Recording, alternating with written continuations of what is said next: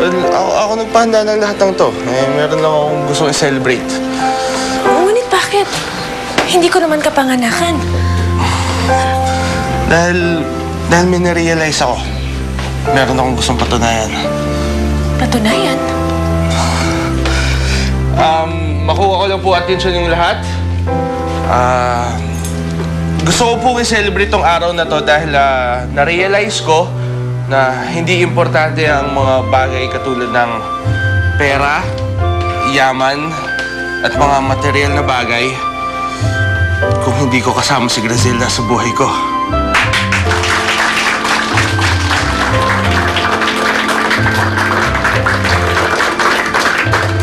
Grazela, gusto kong malaman mo na wala akong pakialam kung magkaiba ang mundo natin.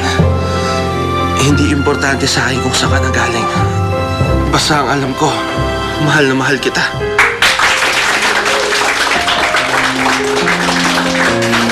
Wala mga aking sasabihin. Labis-labis mo akong pinasaya sa pagtanggap mo sa akin. Mahal na mahal din kita.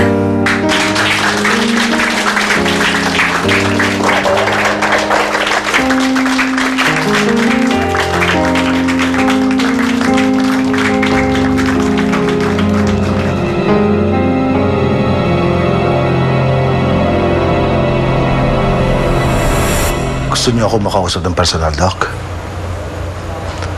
Sige, pupunta na ako.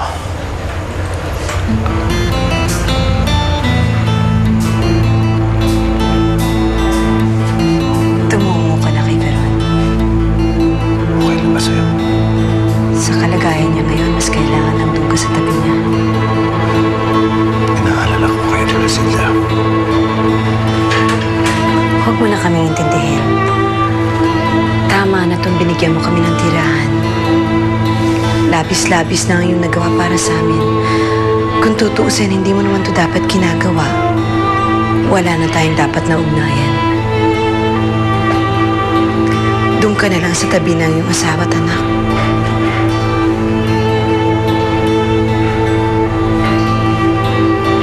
Hindi ko pa rin kayo papabayaan, Matilda. Pangako. Ngayon lang to. Pag gumaling na si Veron, mapapadala sa pagsasama natin.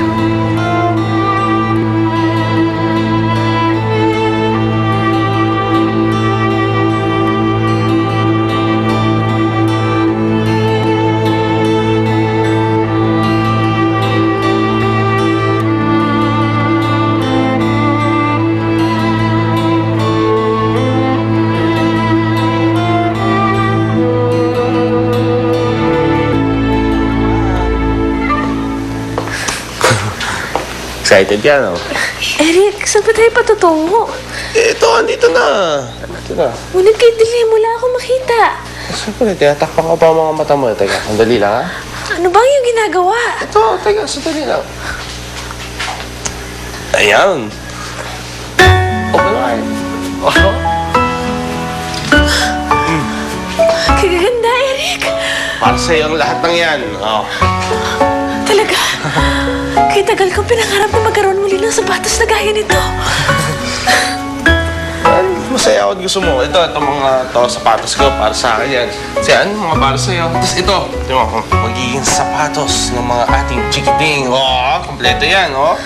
Ibang kulay. O, di ba yun ang gusto mo? Kaya pagka mag-asawa na tayo, ikaw magde-design ng lahat ng sapatos namin.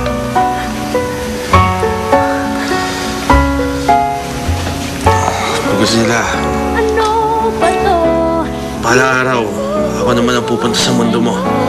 Bakit ka mo?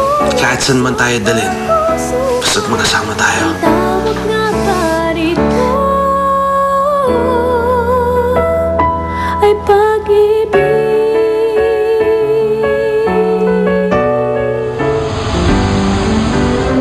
Kumusta na si Veron? Malubha pa rin ba ang kanyang lagay? Veron, what? Bitiwan mo yan! Veron, what? Let me go! Kaya nga ho ako nandito sa inyo eh. Kasi nakikiusap po ako sa inyo na sana po pabayaan niyo muna po si Daddy sa amin. Para lang po kay Mommy. Kailangan kailangan po namin si Daddy. Marahil hindi na pagtakas ang makakasugpo naman. Bumalik na tayo ng Fantasia. Handa mong iwan ang lahat ng ito para sa Grasildan yan? Nangangahulugan lamang na hindi maaaring magsama ang dalawang tao na magkaiba pinanggalingan. At ayokong mangyari sa iyo, anak. Ngunit mahal ko si Eric. Napatunayan na ni Kasmir na dakila ang pag-ibig niya sa iyo. Siya na lamang ang ibigin mo.